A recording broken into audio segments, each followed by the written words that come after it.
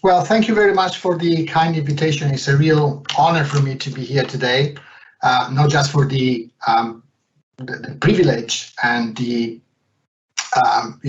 visibility of this event, but also because I'm going to share this event with excellent colleagues that have been an inspiration in cardiology over the years.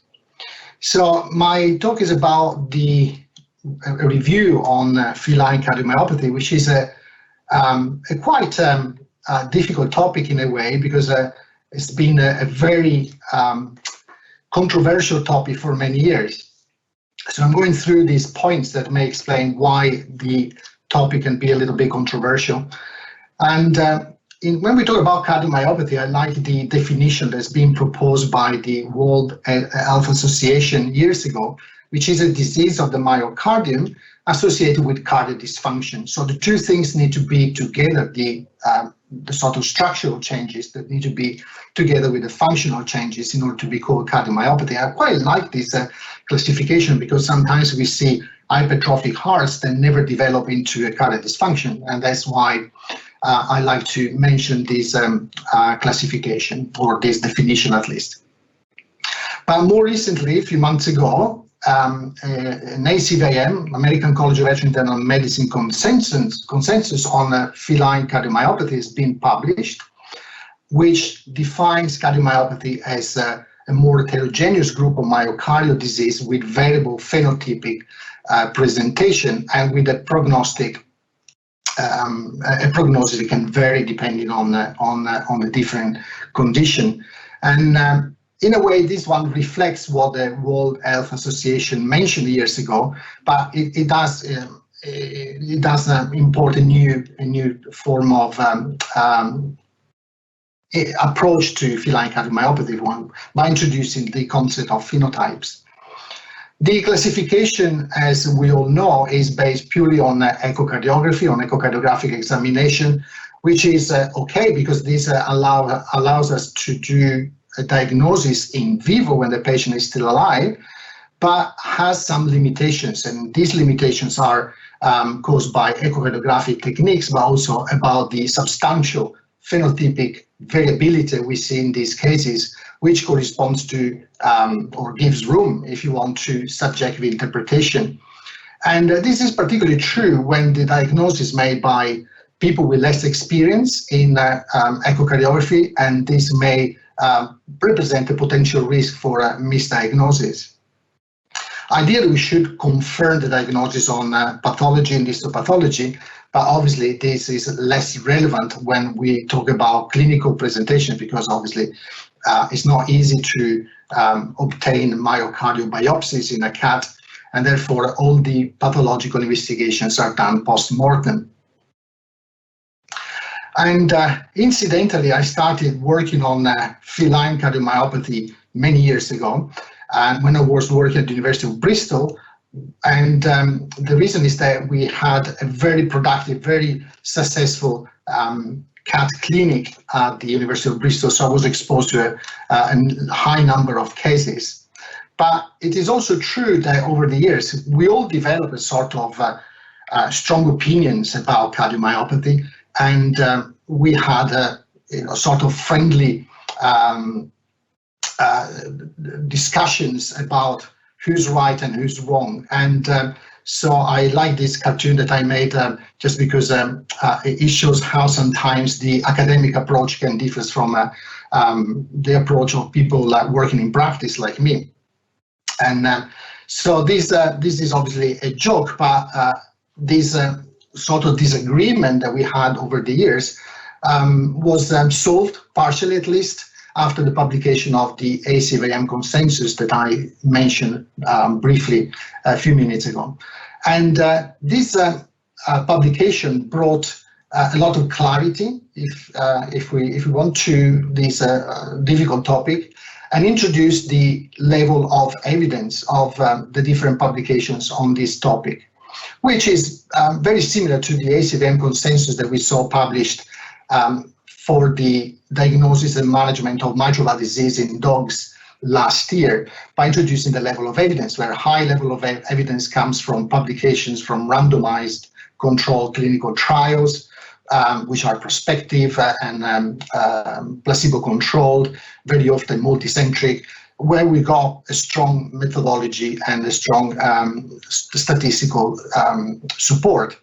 And then we got the low evidence when is expert opinion, which is what I'm presenting today. I'm going to give some opinions, my personal opinions, or studies in other species, or case studies, or case series. And then we got the medium level of evidence, which is exactly in the middle. And based on the level of evidence, we can then extract the recommendations. Where we got strong evidence, then the recommendation for diagnosis and treatment is always recommended and indicated. When we do not have the same level of evidence, then perhaps we should be very careful in recommending an intervention or a certain technique. So I think that this publication is a very good step forward in the understanding of feline cardiomyopathy. And that's why I say that now perhaps we agree 99%. It's a big step forward, although there are still areas that I like to sort of kind of disagree with what is mentioned in this publication. I'm going to explain why I don't agree 100% with these guidelines. So this image here shows this graphic representation shows pretty much the summary of how we diagnose the cardiomyopathy in cats based on this ACVM consensus. And the size of these circles correspond to the prevalence of the condition, so the number of cases we see in practice with this type of classification. And you can notice that we've got now the introduction of a new terminology, which is the phenotype, meaning that it's a structural echocardiographic diagnosis without necessarily meaning that it's a primary condition, because we got a variety of secondary causes that may produce changes, cardiac remodeling, that can resemble one of these cardiomyopathy. So the most common is the hypertrophic cardiomyopathy, which you see in the dark blue circle. And you see that the circle gets a little bit bigger if we include also the HCM phenotype, meaning these are cats that present echocardiographic features of HCM, but the cause is coming from somewhere else. And for example, we can have hypertrophy of the left ventricle every time we got an increased left ventricular pressure. So if you have, for example, an outflow obstruction like an aortic stenosis, or we got systemic hypertension, or we got a reduced preload, and then we can have these echocardiographic features of ACM. More rarely we see infiltration. Usually they are lymphomas that can cause thickening of the left ventricular wall because of neoplastic infiltration. And then we got something that's been reported on very recently, which is the transient myocardial thickening. I'm going to show you some examples of this transient myocardial thickening. And then more awareness also about the possible role of acromegaly, so the excess of growth hormone in the circulation in the development of a thickened left ventricle, which is not necessarily hypertrophic cardiomyopathy as a primary condition. And then you may notice that hyperthyroidism is also included in this list of potential secondary causes, but it's got two arrows. They're going towards the HCM phenotype and towards the RCM phenotype. And I agree with that, although in my personal experience, the hyperthyroidism, when it's clinically significant, does not produce HCM phenotype as very commonly reported in textbooks. What I personally see is more of a restricted cardiomyopathy phenotype, which I'm going to explain as we go forward this presentation. Then within the HCM group, we got a slightly darker blue circle called end-stage hypertrophic cardiomyopathy. This is a condition where we got hypertrophy, but this time associated with a systolic dysfunction, which is something we don't normally see with the standard HCM. So this is an HCM that is reaching the end of its evolution and therefore can appear slightly different. And the RCM, as you can see from the size of the sphere of the circle, is probably the second most common condition that we see in terms of myocardial disease in cats, and that's represented by a normal left ventricular wall thickness associated with left atrial dilation. So although restrictive is a functional terminology, we just assume that there is a restrictive pattern or restrictive physiology underneath, because otherwise we cannot explain the presence of a normal-looking left ventricle with such a severe atrial enlargement. Usually it's left atrium, but sometimes both atria are enlarged. Then we got in the red circle with the dilated cardiomyopathy, which could be primary, but is usually or historically associated with dietary deficiency of taurine. We're going to revisit this concept. So cats that do not have sufficient taurine in their diet may develop this form of cardiomyopathy, represented by chamber dilations and systolic dysfunction. We also have tachycardia-mediated cardiomyopathy, which is, again, something relatively new in feline cardiology, and I'm going to talk about this condition as well. Then another classification is the arrhythmogenic right ventricular cardiomyopathy, which is a cardiomyopathy affecting primarily the right side of the heart, right ventricle and right atrium, which appear dilated, or very often hypomotile, so there is a dyskinesia of the right ventricular myocardium, and very rarely or minimally, we can say minimally involved left ventricles. And finally, we got the non-specific cardiomyopathy, which replaces the old unclassified cardiomyopathy terminology, which are abnormalities that we cannot necessarily or easily fit in any of the other categories. But again, the non-specific doesn't really solve the problem of the non-classified or unclassified cardiomyopathy, and we're going to see why in a few minutes. The other nice novelty that comes from this publication, the ACVM consensus, is the staging, which again reflects the same staging philosophy, not necessarily criteria, but same sort of philosophy that we saw in the ACVM consensus published for the diagnosis and management of mitral valve disease in dogs. So we got the predisposition to develop cardiomyopathy, which is the class A. Now, unlike dogs, where we know that cardiac and chest spaniels, for example, or dachshunds are predisposed to develop mitral valve disease, predisposition to cardiomyopathy in cats is not as easy as in dogs. We all know that Maine Coon and Ragdoll, perhaps also British Shorthaired and Berman cats might be predisposed, but we don't have the same strong evidence of predisposition that we see in dogs. And in my practice, in my clinical activity, I see cardiomyopathy in the majority of cases in domestic short-haired cats. So although this can be biased by the type of population in my area, it can also perhaps put some form of controversy into this type of classification. But when we move to B1, it's a little bit clearer, because B1 are cats at low risk to develop clinical signs. And these are cats that phenotypically show evidence of cardiomyopathy, like, for example, thickening of the left ventricle, but they've got normal or perhaps mildly enlarged left atrium, and or a right atrium if you're talking about ARBC. And this is interesting because there are some cats that are diagnosed with this form of cardiomyopathy, and they never develop clinical signs in their life. So the fact that they're not associated with a dysfunction can be a very important thing to consider for the prognosis primarily. But then we move to the B2, which are again cats with structural evidence of cardiomyopathy and associated with moderate and or severe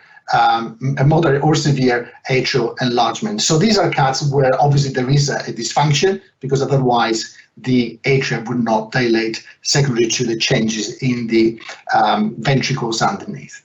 Finally, when a cat develops clinical signs of congestive heart failure, clinical signs of arterial thromboembolism, these are symptomatic cats. They come under the classification or staging C. And obviously, as we move along this timeline, we've got the prognosis that will be affected accordingly. Let's start with a little bit more description in detail of hypertrophic cardiomyopathy. which is the most common, as I said before, form of cardiomyopathy, and is described as a diffuse or regional increased left wall thickness, or diffuse or regional hypertrophy without dilated chambers, because otherwise we move to a different classification.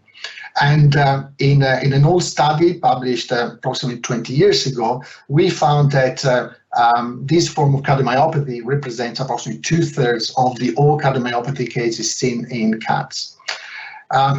Philip Fox, who's a very renowned cardiologist, who spent a lot of his career working on feline cardiomyopathy, especially in pathology, also introduced a subclassification of the left ventricular hypertrophy. So he defined the cardiomyopathy, hypertrophic cardiomyopathy, as an increased cardiac mass with left ventricular hypertrophy, which could be diffuse and substantially symmetric, or diffuse and asymmetric, or could be segmental with continuous or non-continuous segments. So, but we can, every time we see a cat with cardiomyopathy, the phenotypical presentation is always different. So perhaps there are even more subtypes of classification. So this is not particularly helpful in the clinical setting. What I see very commonly is obviously left atrial dilation when it's clinically significant or functionally significant, aneurysmal thinning of the left ventricular apex, focal myocardial infarction that we do not necessarily diagnose in vivo, but we can see on post-mortem, and right ventricular hypertrophy, a right atrial enlargement seen in some cases. In the image here on the right side, we see big heart, but obviously difficult to appreciate without a comparison with a normal heart. But then on the top right corner, we see a very thickened left ventricular wall, which pretty much no lumen left. So this can be called end-systolic obliteration. And we said that, which is another typical feature of hypertrophic cardiomyopathy in cats. It's very difficult to know whether this heart in this picture stopped beating in systole or in diastole, but the fact that there is no lumen left indicates, even if it was systole, that there is very little lumen left. The end-systolic obliteration is very common in cats with hypertrophic cardiomyopathy. In the image on the top, in the middle, we got the two atria, and you can see that the wall of the two atria is also thickened, and atria is very often forgotten during the pathological examinations, but it's very important to see the myocardial changes can also affect the atrial myocardium. And finally, the image on the bottom right corner shows quhistopathology of a cat with hypertrophic cardiomyopathy, with a very typical myocardial fiber disarray, which is a quite typical feature of hypertrophic cardiomyopathy. So these fibers are going in all different directions. They're not organized in nice parallel fibers as they should be. You can see the blue dots are inflammatory cells that enter the area primarily to remove the debris caused by the death of cardiomyocytes. So they've got a scavenging effect. And that's a typical presentation, a histopathological presentation of a cat with hypertrophic cardiomyopathy. And that's the echocardiographic appearance of a cat with hypertrophic cardiomyopathy. Starting from the top left, we can see the right parasternal long axis view of a cat with HCM, with obviously thickened left ventricle, but also we can see a relatively large, enlarged left atrium. And then we move to the top right, where we got a cross-section in the right parasternal view, again showing this chubby ventricle with a very exuberant contraction that leaves very little lumen left at the end of systole, although this is not a typical end-systolic obliteration. On the bottom left, we got a cross-section of the heart in right parasternal view. So we see the aorta in the middle with the three cusps, and underneath the left atrium. I don't know whether my arrow will appear, but this left atrial enlargement, left auricular enlargement, which is also very important, that is characteristic of a functional or dysfunction associated with this hypertrophy. And finally, on the bottom right, we've got a color Doppler superimposition that shows two jets. One is a turbulent jet going into the aorta, and one is going into the left atrium in mid-systole.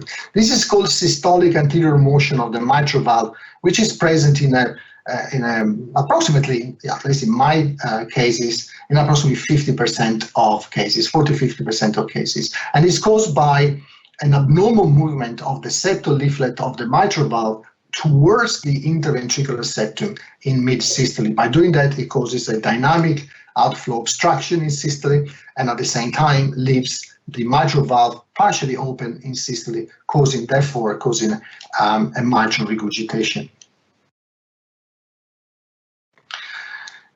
Approximately 10 years ago, or actually probably 15 years ago now, a mutation that is associated or highly associated with the development of hypertrophic cardiomyopathy in Maine Coons was published, and this is a mutation that is responsible for the cardiomyosin binding protein, the synthesis of cardiomyosin binding protein C.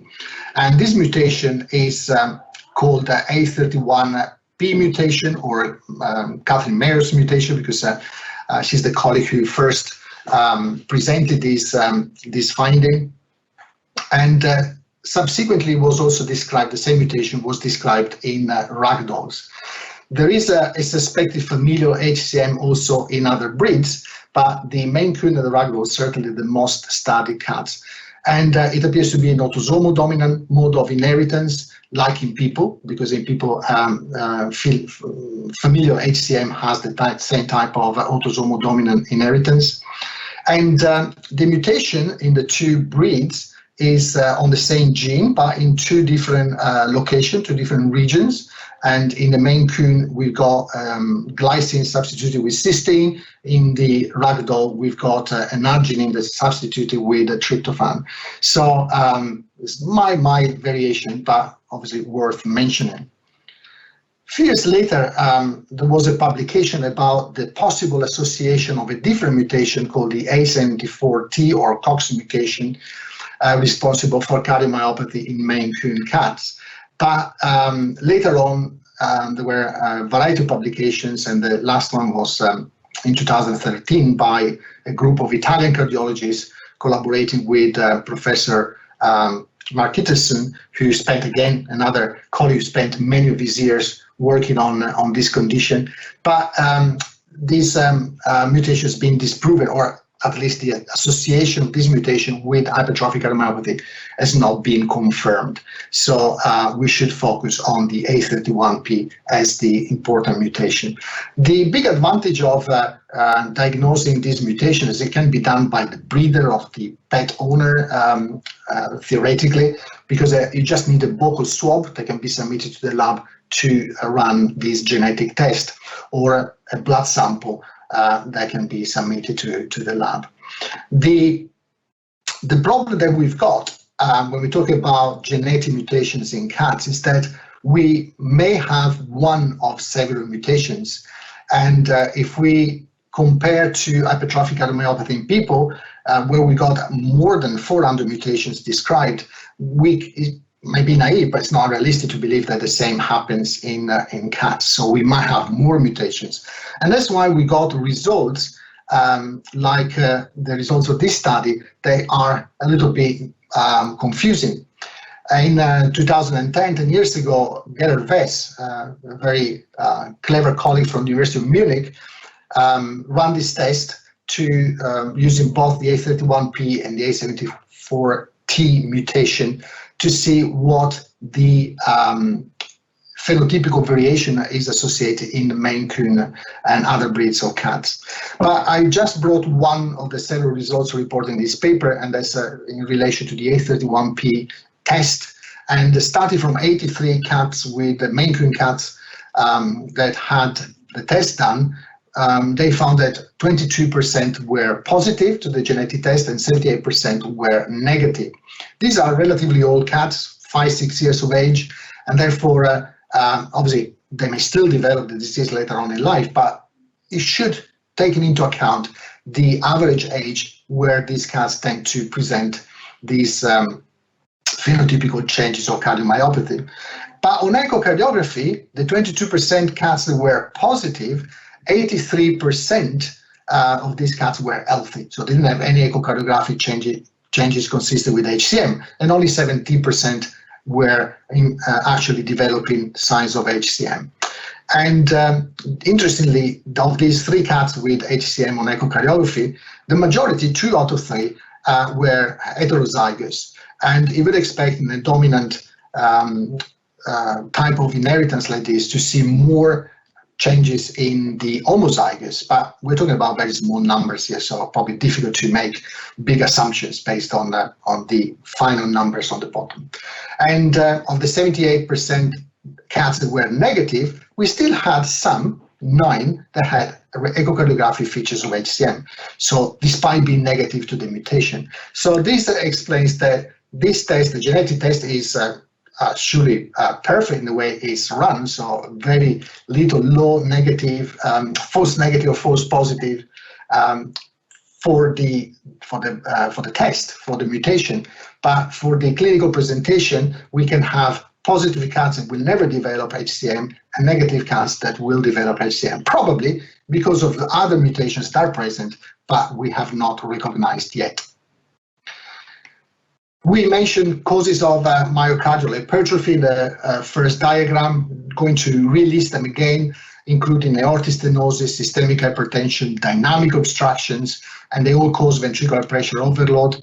We can have dehydration and hypovolemia causing pseudohypertrophy because of the reduced preload. We can have acromegaly with an increased level of growth hormone in the circulation. There is a report of regional hypertrophy, very mild though, following administration of methylprednisolone acetate in some cats. Feline muscular dystrophy is another possible cause of hypertrophy, infiltrative tumors like lymphoma, and myocarditis. And then I put hyperthyroidism with question marks because, as I said before, in my experience, hyperthyroid cats present with a slightly different form of phenotype. This is a cat, Marco, that I saw last year. Very interesting presentation. Marco is a young ragdoll that presented in acute heart failure with pulmonary edema and pleural effusion and was treated accordingly. The echocardiographic examination showed evidence of hypertrophy, both in the long axis view, the little green arrows are pointing at this chubby muscle, and you can see also in cross-section, it looks like a very thickened myocardium. But troponin in this cat was extremely elevated, and with a normal value less than 0.2 when it's run without the high sensitivity test, we means that we are at least 100 times higher than the normal value. And so we suspected myocarditis in this cat, and so we wanted to recheck this cat a month later. 2 months later, sorry, and that's the same cat, of course, same Marco, who, by the way, was a brother of Polo. So these owners have both Marco and Polo. And on the left side, we see a completely normalized left ventricle, and again on the right side, a completely normalized left ventricle in cross-section, and with a complete normalization of troponin, which, in my opinion, is a strong evidence of a previous inflammation, which may have caused myocardial edema, which may have appeared on echocardiography like an hypertrophy. So we need to be a little bit careful when we see these young cats presented with left ventricular hypertrophy. But let's move to the second most common cause of cardiomyopathy, which is the restrictive cardiomyopathy. And in our study, when we compared the different forms of cardiomyopathy many years ago, we found that it represents approximately 20% of all cases of cardiomyopathy in cats, with a very wide spectrum of phenotypes that can be sort of grouped in 2 major classes: the myocardial restricted cardiomyopathy and the endomyocardial restrictive cardiomyopathy. Now, the myocardium is myocardial RCM is characterized by non-infiltrative disease with a restrictive filling. So we see pretty normal looking left ventricle or just mildly thickened, but with significant atrial enlargement. And we can only explain this in the absence of valvular pathology, for example. We can only explain this with restrictive filling.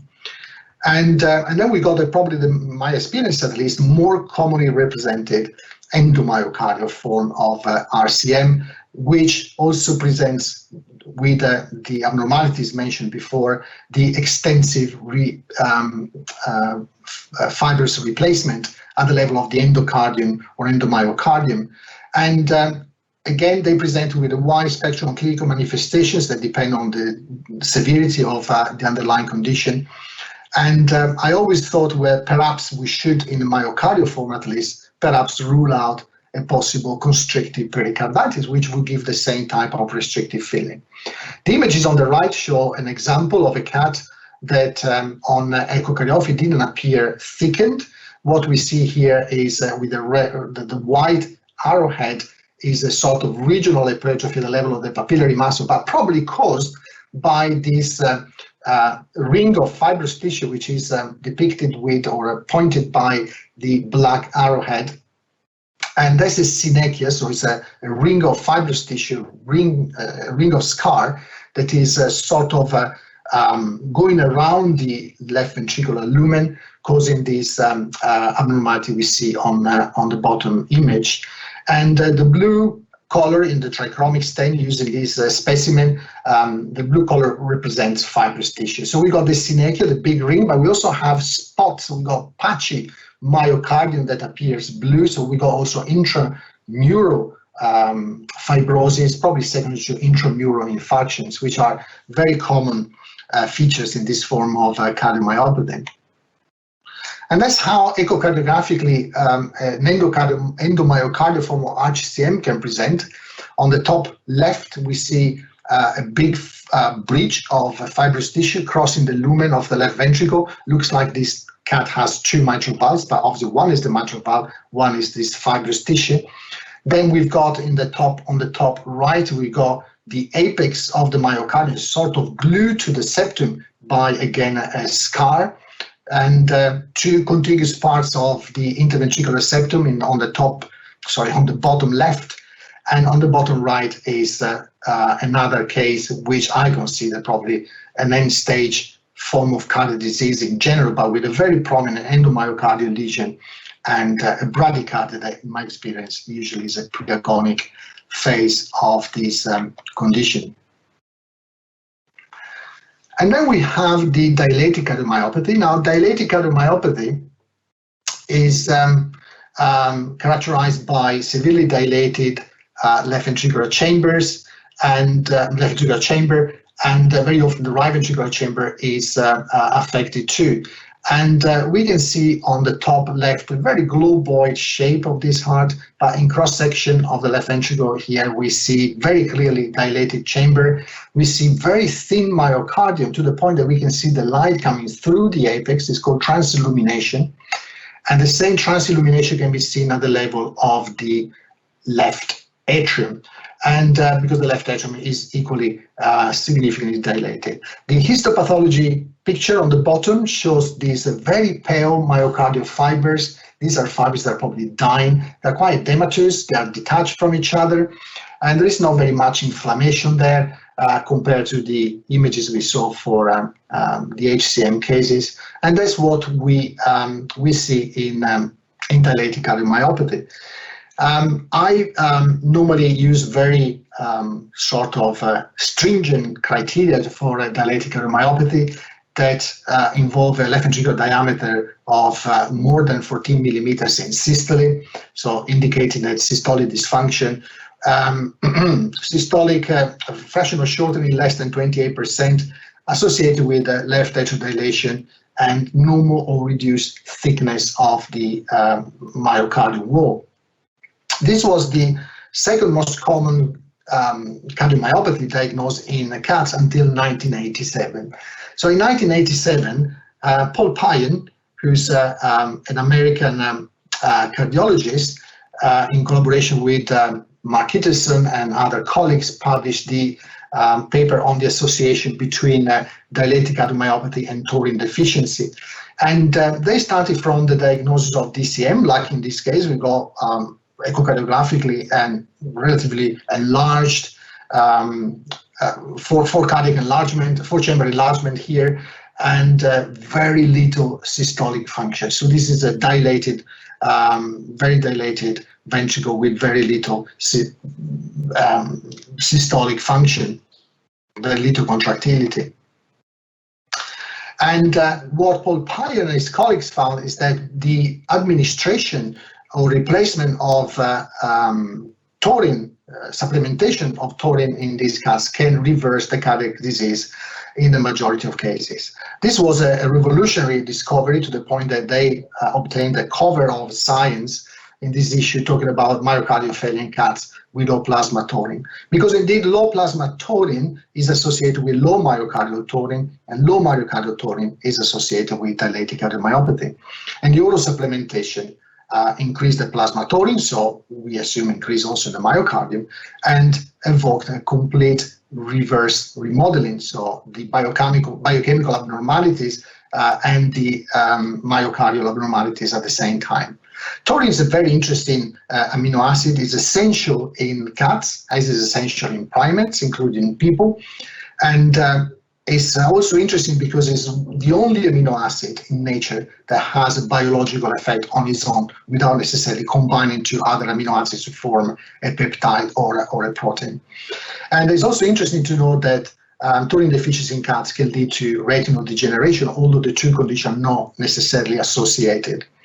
But since 1987, the food company or food manufacturers, they increase the level of taurine in an adequate way in order to reduce the risk of taurine deficiency and therefore the risk of dilatic cardiomyopathy in cats. So this condition has almost disappeared. That's why it used to be the second. Now it's a much rarer condition. We still see cases of dilatic cardiomyopathy that can be taurine deficiency, very rare, probably haven't seen one for 15, 20 years. And that's when cats are fed with a vegetarian or a vegan diet, because the owners are vegetarian or vegan, and they think, obviously in good faith, that that would be good for their cat too. But as I say, cat depends on a real source of taurine, which is not in vegetable, it's in meat. And that's what the diagram on the right side shows, what a natural diet of a cat would be in nature. So it would be rodents, would be birds, would be plenty of meat that will provide taurine. But sometimes also a possibility that cat develop taurine deficiency because they're fed with dog food rather than cat food, which is not necessarily containing the same amount of taurine. As we saw for the atrophic cardiomyopathy, even dilatic cardiomyopathy can present as a secondary effect of another disease. And any end stage of cardiomyopathy or any end stage of any cardiac disease can present as a very dilated phenotype, so DCM phenotype. And that includes also ischemic myocardial disease that we struggle to diagnose in real life with the patient still alive. And we make this diagnosis very often based on the level of troponin in this cat, so the degree of myocardial damage, acute myocardial damage caused by the ischemic event. But also we get tachycardiomyopathy, which is a sustained, is a damage of the myocardium caused by sustained tachycardia, and I'm going to show you an example. And we've also unrecognized episodes of toxicity or viral infection. So we got myocarditis can cause sort of DCM phenotype. We saw that can cause edema and sort of pseudo HCM, but can also cause myocarditis, can cause a sort of DCM. Tachycardiomyopathy has been well described in dogs. I'm not aware of similar studies in cats, but again, it's not unrealistic to believe that the same happens in this species. In other words, if we pace artificially a dog, and that's what they do in experimental models to produce patients with congestive heart failure, they induce myocardial failure by rapid pacing in dogs. That's one of the several techniques used. And if you pace a dog at 180 beats per minute, night and day, so continuously for 3 weeks, then that dog will develop signs of myocardial failure. And if the rate is 220 to 114 dogs, these changes can appear already after a few days. Mechanisms are several, but obviously the most intuitive one is the myocardial ischemia, because the left ventricular perfusion or blood supply happens during diastole in the left ventricle. And so if the diastolic phase is reduced by the tachycardia, then we can have a compromised oxygen supply to the myocardium. And similarly, energy depletion and impaired energy utilization. And we can also have abnormalities of the cardiac calcium regulation, myocyte and extracellular matrix remodeling. And the good thing that this is potentially reversible. So if we can interrupt, if we can treat and convert the tachycardia at a very early stage, we may end up with a complete reverse remodeling. And this is a case I saw 20 years ago, and I keep using this one, although the images are quite dated, because it was the first time I recognized this problem. And you can see this young Russian blue, 7-month-old, presented with signs of congestive heart failure. You can see the cardiomegaly and the presence of pleural effusion on the thoracic x-rays, and very dilated chambers on the right side in this cross-section of the left ventricle. And you can see how dated these images are, but you can see on the left side the M-mode scanning across the left ventricular lumen shows very little movement of the myocardium, to the point that the left ventricular systolic diameter was nearly 2 centimeters, and the overall heart appeared like a ball, very rounded, very dilated. The cat presented with a supraventricular tachycardia that, based on this trace, I believe is caused by the presence of an aberrant conduction tissue, so an aberrant pathway, and presented with a heart rate of 350 beats per minute. This rhythm was converted using digoxin. Nowadays, I would probably use different drugs, but 20 years ago, digoxin in this cat was very successful and converted the rhythm into sinus rhythm. And similarly, the myocardium returned to normal. And just a few weeks later, you can see on the right side that the left ventricular diameter in systole moved from 2 centimeters to 1 centimeter, which is a massive improvement, and the cat regained a complete normal cardiac function. But myocarditis can also be caused by, dilated cardiomyopathy can also be caused by myocarditis. And there is an interesting paper published by Dr. Mears that showed that nearly 2/3 of a randomly selected population of cats with cardiomyopathy, whether hypertrophic, dilated, or restrictive, had evidence of myocarditis, and this was associated with at least 1/3 of cats was associated with panleukopenia viral DNA on PCR evaluation, and therefore it is possible there is also a viral component for myocarditis, which can cause structural changes and functional changes resembling dilated cardiomyopathy. Although myocarditis can also be caused by a variety of bacteria and protozoa. And finally, we got the arrhythmogenic right ventricular cardiomyopathy, which affects primarily the right side of the heart, with markedly enlarged right ventricle and right atrium, which appear thin and hypokinetic. Very commonly, we see aneurysm, sometimes mild tricuspid regurgitation. Left ventricle is minimally involved or not involved at all. And there is a progressive myocardial atrophy caused by injury with a subsequent repair by fibrofatty replacement that we see very clearly in these histopathological images on the bottom. And the fibrofatty replacement tends to go from the epicardial area towards the endocardial area, moving towards the lumen of the ventricle. And you can see on the top right the disproportion between right ventricle and left ventricle in these cats affected by arrhythmogenic right ventricular cardiomyopathy. In people, it's certainly a familial disease. We do not have the same type of information for cats, and it's not a very common finding. But that's how it would appear on echocardiography. On the top left, we see very dilated left ventricle and left atrium. The same we can appreciate in the cross-section of the left ventricle at the level of the mitral valve. And the MO that this label shows a very clear paradoxical motion of the interventricular septum that in diastole, instead of moving towards the right side of the heart, it moves towards the lumen of the left ventricle, simply because the pressure and volume overload that we see on the right side. And finally, the left apical view here shows a massive disproportion between the right atrium and the left atrium, which is typical of this condition. And then mentioned before, this non-specific cardiomyopathy is still a big topic of controversy.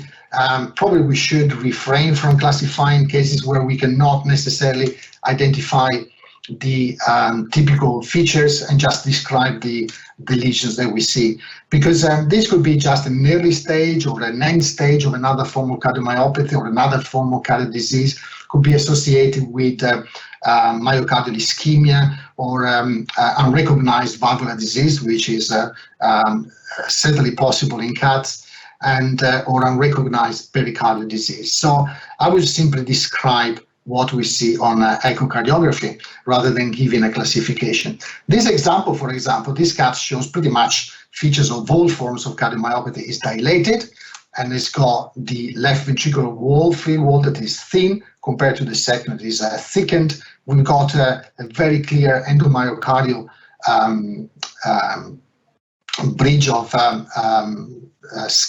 tissue, of fibrous tissue there, causing a feature of RCM rather than HCM, is dilated like a DCM. So in other words, we got features of all different forms of cardiomyopathy. In this case, nowadays, I would just say end-stage cardiac disease, because that's what we would expect to see in these cases.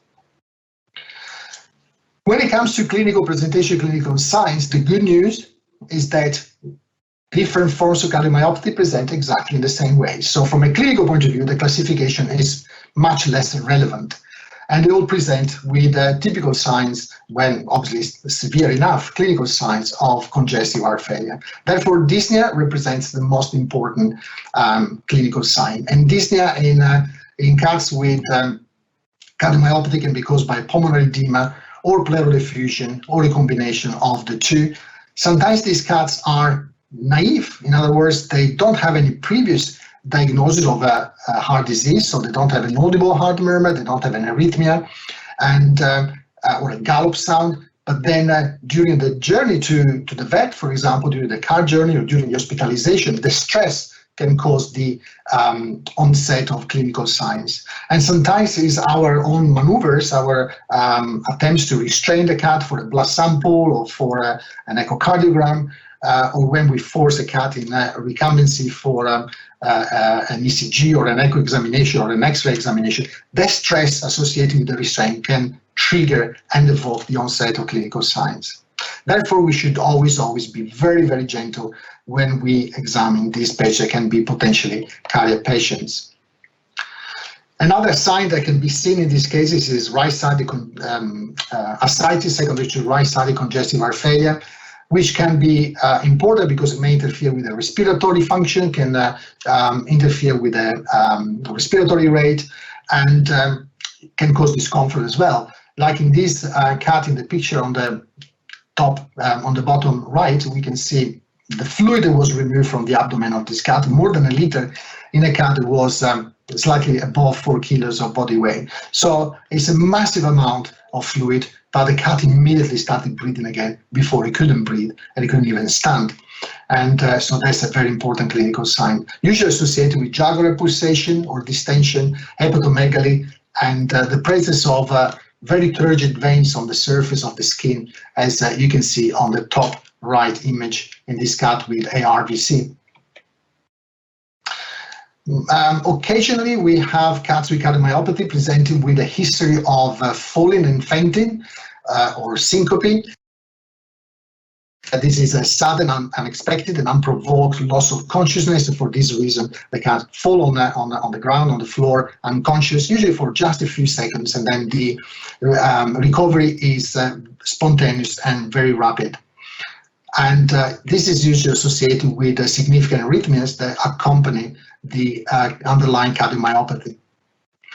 And finally, the sort of dramatic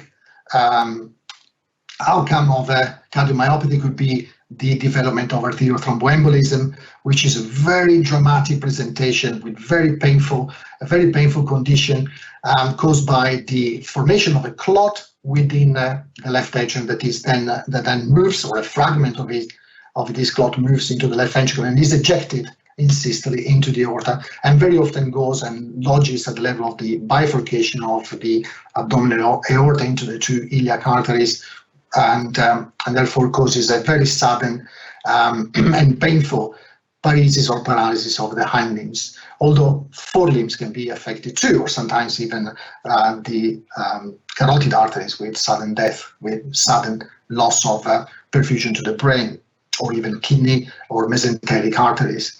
So there's a lot of possibility, but majority of cases we have hind limb paresis. The prognosis is very poor, and euthanasia is often elected as intervention without any attempt to treat due to the underlying severity of the underlying condition, although these cats tend to recover very often from the crisis, but obviously they don't recover from their underlying heart disease.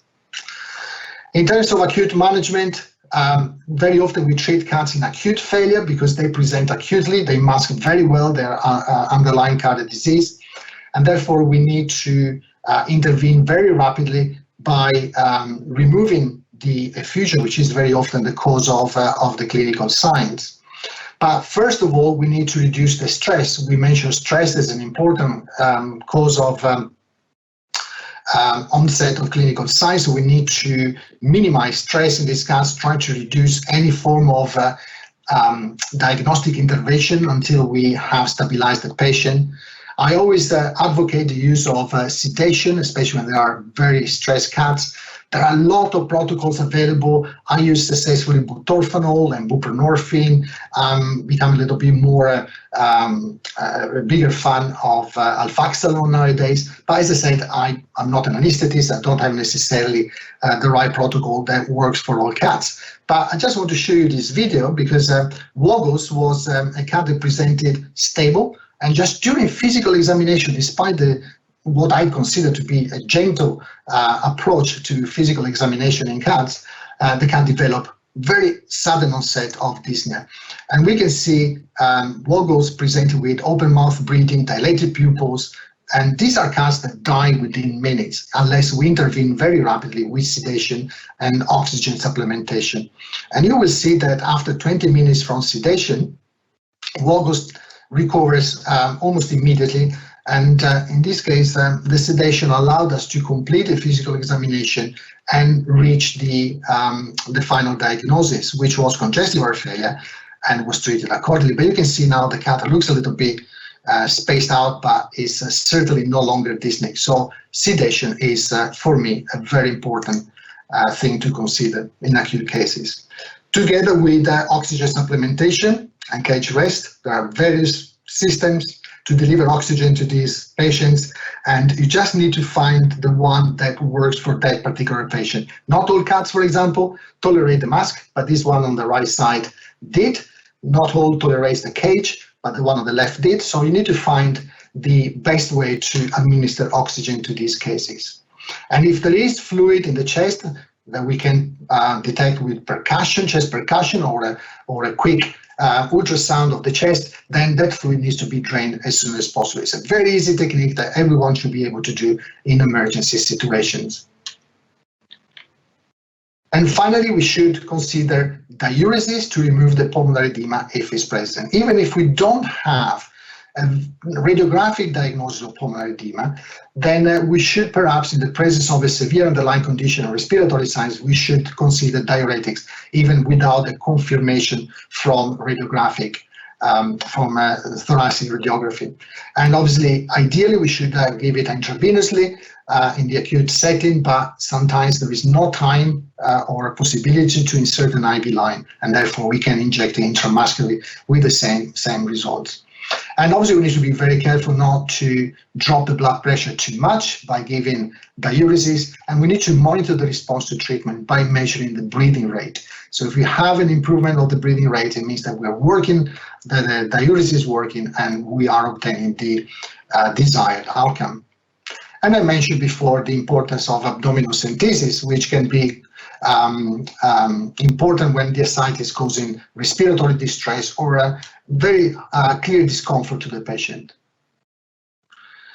I also recommend ongoing therapy with a home, because most cats do much better in their home environment. So as soon as we have an improvement, we should send them home and ask their carers to give oral diuretics and monitor the sleepy respiratory rate, which is very important to confirm the responsiveness to therapy. And obviously, we need to ensure adequate nutrition and weight control, because that's, again, mandatory in a cardiopathic patient. We do not have really drugs licensed for feline cardiology, but we all commonly use diuretics that are used in canine cardiology, or sometimes even in human cardiology. For example, I use a lot of liquid furosemide that comes from human medicine, simply because some cats are difficult to pill, and therefore the carers, the owners, find the liquid form a little bit more successful.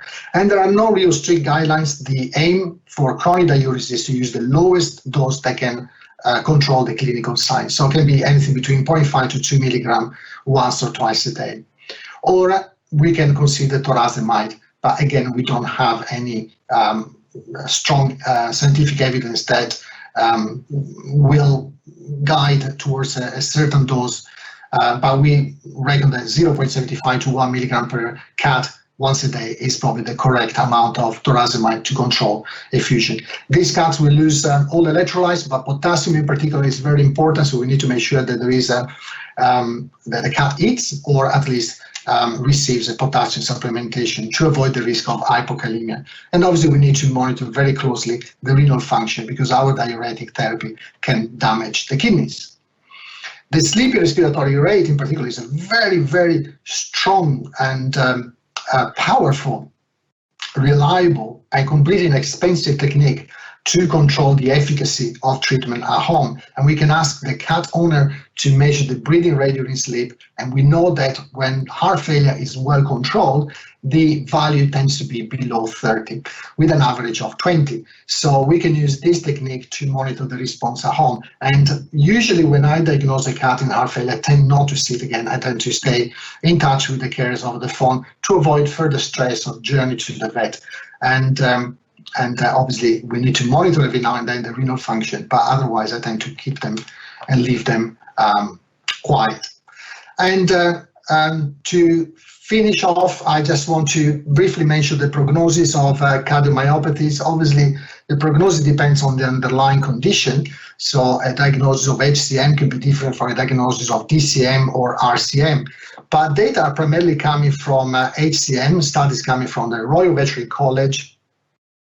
And we got a list of negative prognostic indicators, which are the gallop sounds, auscultation, the presence of arrhythmias, the moderate or severe left atrial enlargement, the decreased left atrial fraction or shortening, so the movement, the actual contractility of the atrium, as well as the extreme left ventricular hypertrophy or decreased systolic function. These are all negative prognostic indicators.